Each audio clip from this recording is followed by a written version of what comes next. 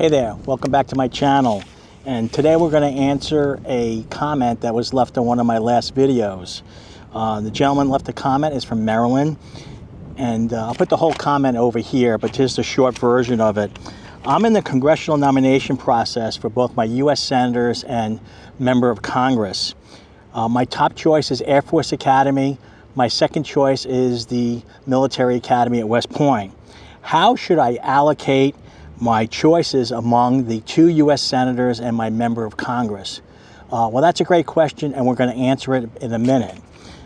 But the first thing I want to ask is why U.S. Air Force Academy, USAFA, and West Point?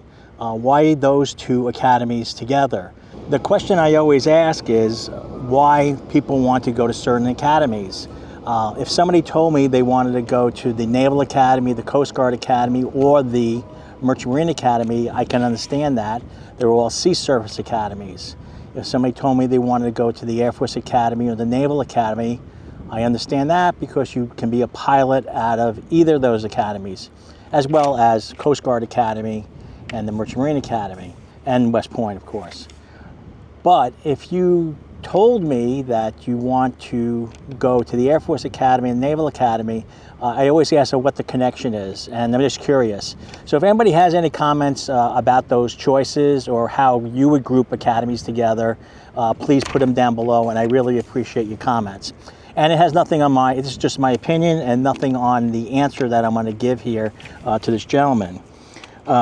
So let's get back to the question, is how do you allocate your choices among your U.S. senators and your congressmen?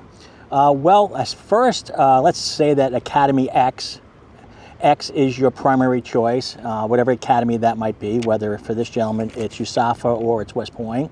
So Academy X, I would definitely say put in to your congressman that you want to go to Academy X, your primary choice. And the reason is because there is less competition in a congressional district than in a statewide area.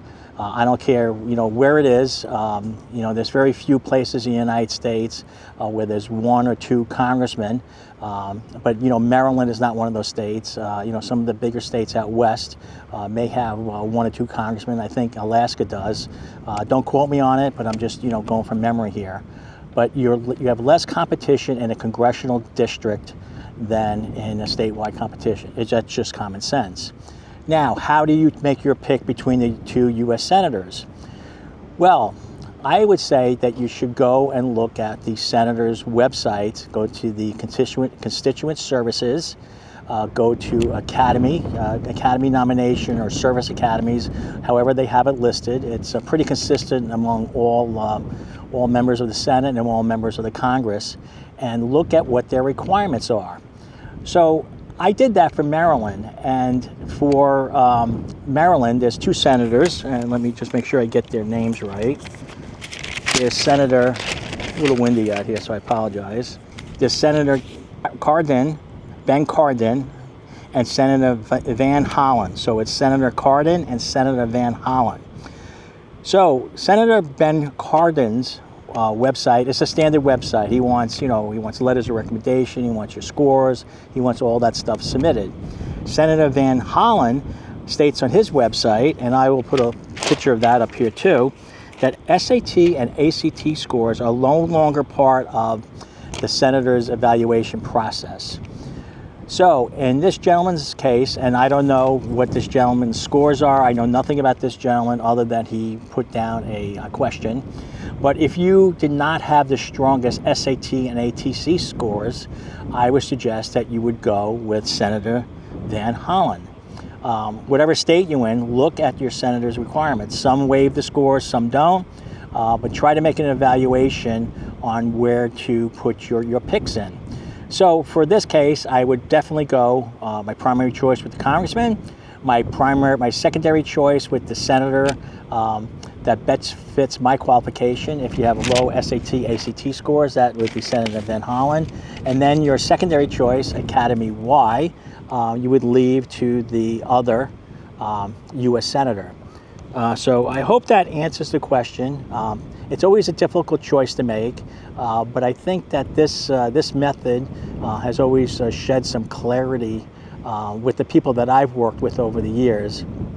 And usually, the way that things work, and I'll say the way that things work where the East Coast, where I live, and a lot of experience that I have here, is that the senators will have more than one pick for an academy.